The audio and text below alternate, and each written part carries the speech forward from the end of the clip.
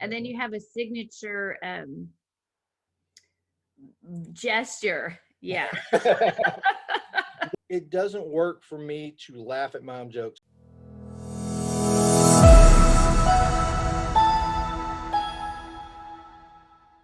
Hey, this is Rebecca. Welcome to the Mama Lorian Way, where we stay curious about finances and money and entrepreneurship. And today I'm lucky enough to have a TikTok celebrity with me, Scott Reeder, who's also known as Scott Prop and Roll. Scott Prop and Roll. That's right. He's got kind of a big following on, I know on Instagram, you're at about 100,000 followers. Awesome. And TikTok, I'm not on TikTok, so I didn't investigate that. TikTok, that's where got it all started. I'm over a million. I'm at 1.1 million followers on TikTok.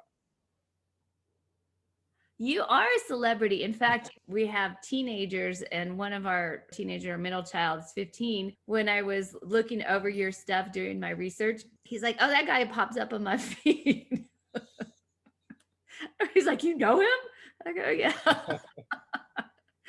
So, Scott Reeder, Yeah. you didn't start as a TikTok celebrity. What is your day job?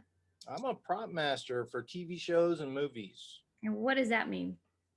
That means I'm responsible for anything touched or held on camera. I don't do the set decoration. I don't do the couches or the paintings on the wall.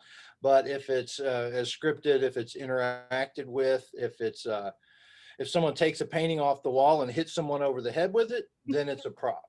Yeah. But so basically anything touched or held. If it's a show about with a lot of police, I'll do the guns. If it's a gunfight, I hire the armor to come in. I arrange for all the weapons, basically all the, anything touched or held. That's kind of the rule. Anything an actor puts his fingers on. So you use that a little bit on your channel, and you also use a lot of humor.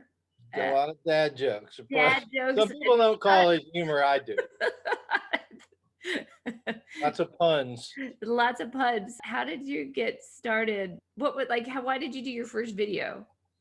All right. Well, like you, I've got a teenager at the house. At the time, she was 17, and she was on TikTok, and she told me about it. I was looking at it on her phone, and I saw some people were delivering dad jokes, and I thought, I can do that, because I had, like, as a hobby, would write jokes here and there and post them on Reddit, but nothing. I had never delivered one ever.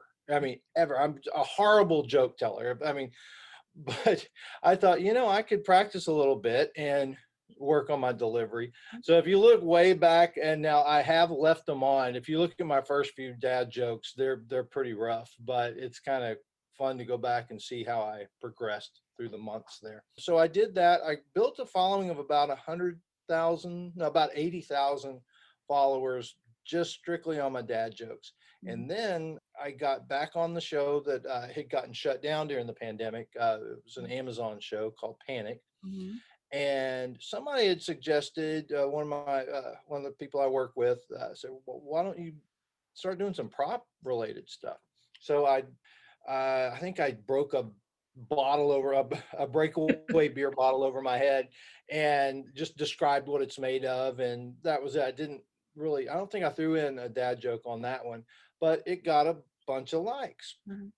And so I did a couple like that, and that threw me up over like 100,000 followers. And then I had the idea of maybe doing a punchline at the end of one of them, and it took off. I got like 12 million views. It was the silent props, where I did the silent grocery bags and the pull balls, and then threw in a stupid joke at the end.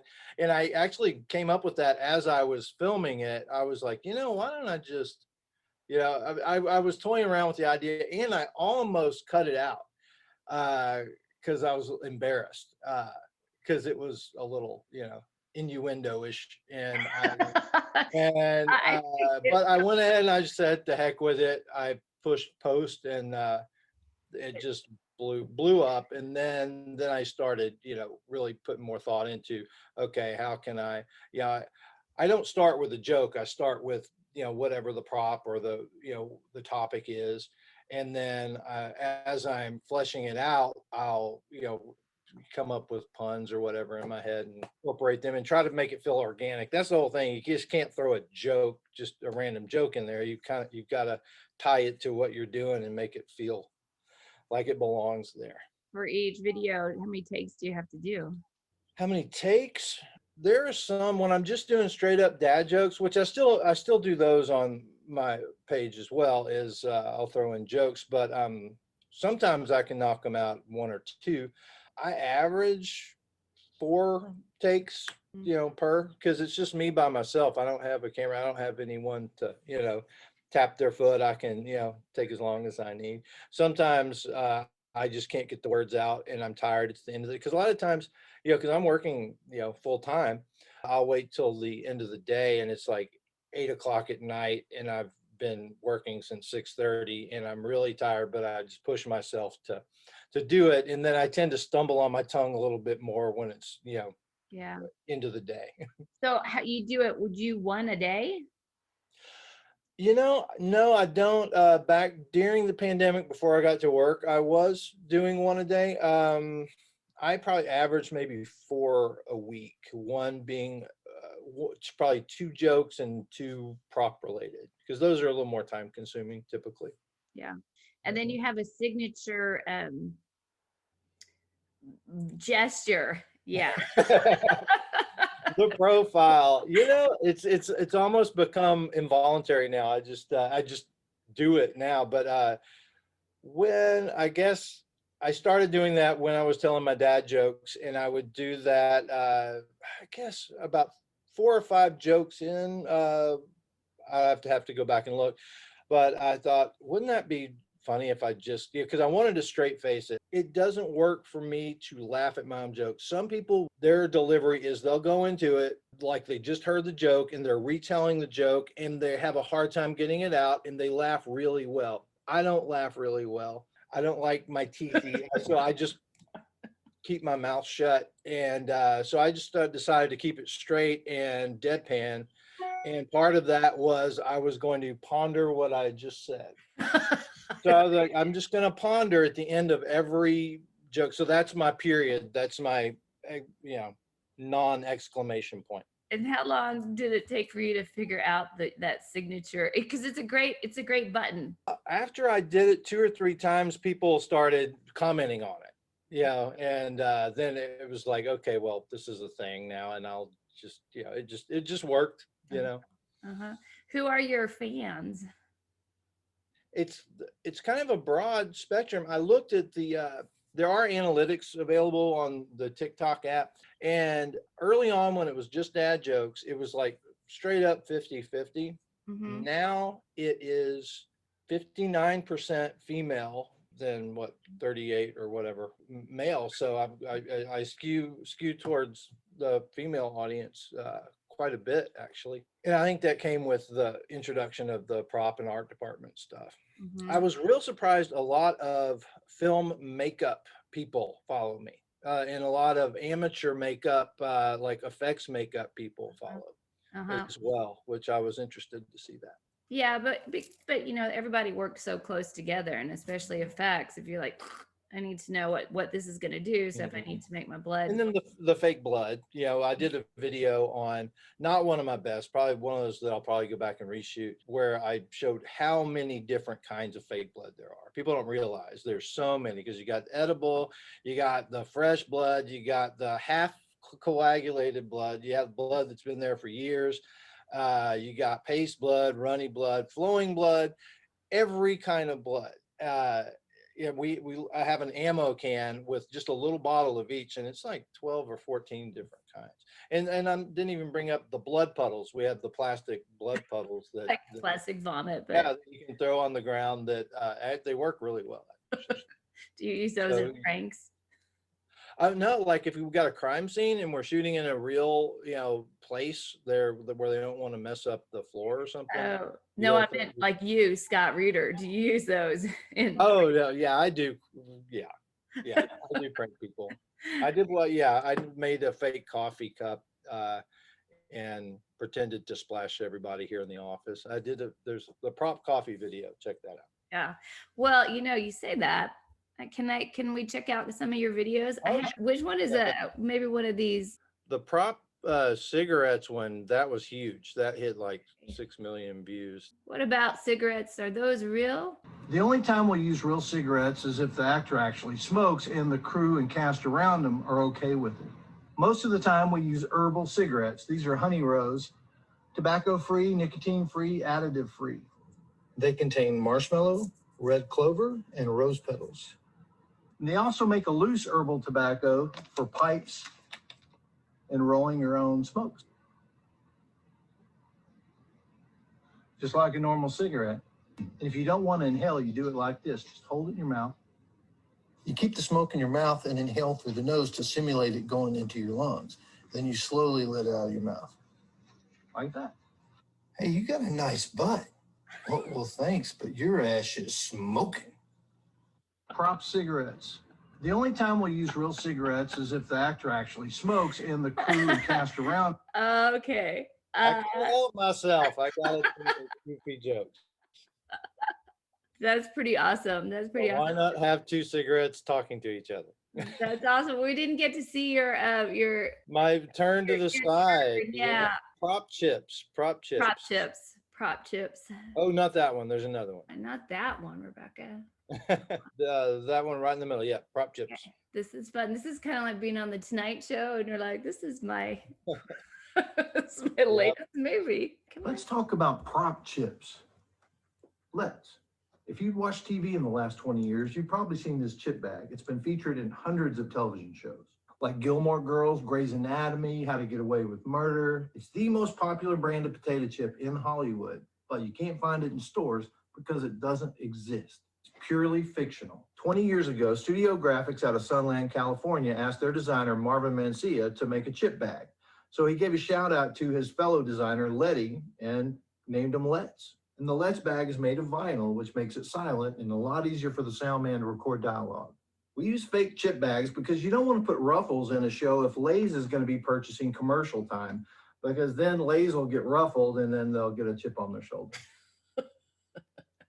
Of course, I made a huge mistake there because Lay's and Ruffles are owned by the same company. Oh. I got a little roasted for that one, but oh well. You get the joke.